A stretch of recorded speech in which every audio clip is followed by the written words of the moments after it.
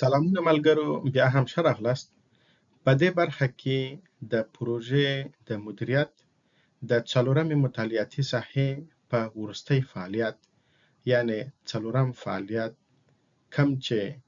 د مصارفو کنټرول دی خبرې کوو. ملګرو، په دې برخه کې لکه نور فعالیتونه دغسې ځینې اسناد دي چې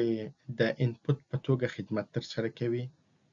دغه اسناد خپله د پروژې پلان دی، د پروژې نور اسناد دي، د پروژې د فند ضرورتونه دي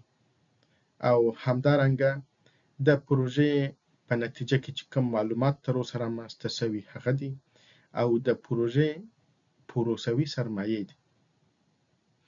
او په دې برخه کې هم لکه نورو فعالیتونو ځینې وسایل او تخنیکونه په لاره اچول کېږي چې هغه عبارت د اهل خبره او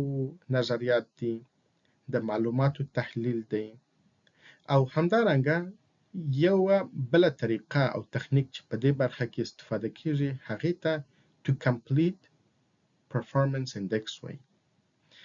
دا یوه طریقه ده چې د دې محاسبه ترسره کېږي چې پروژه به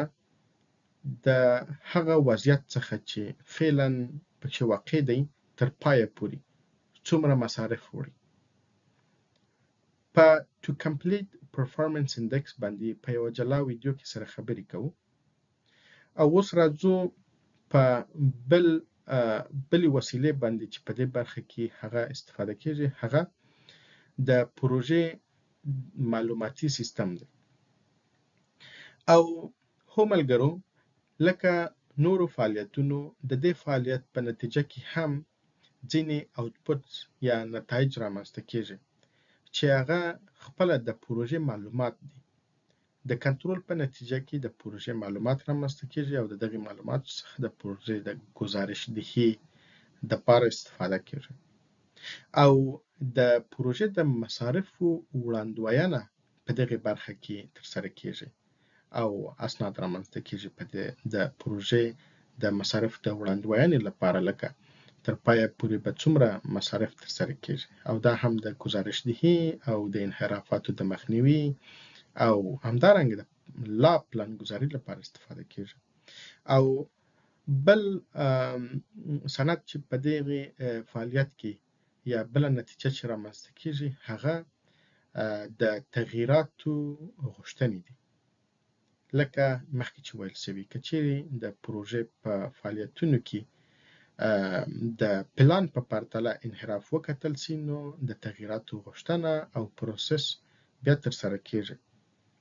او همدارنګه د دغې فعالیت په نتیجه کې ضمناً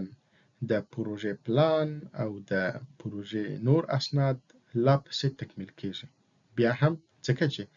د دغې فعالیت په نتیجه کې هم لا زیات معلومات لاسته راځي او د پروژې هغه تاریکې برخې لا پسې روښانه کېږي.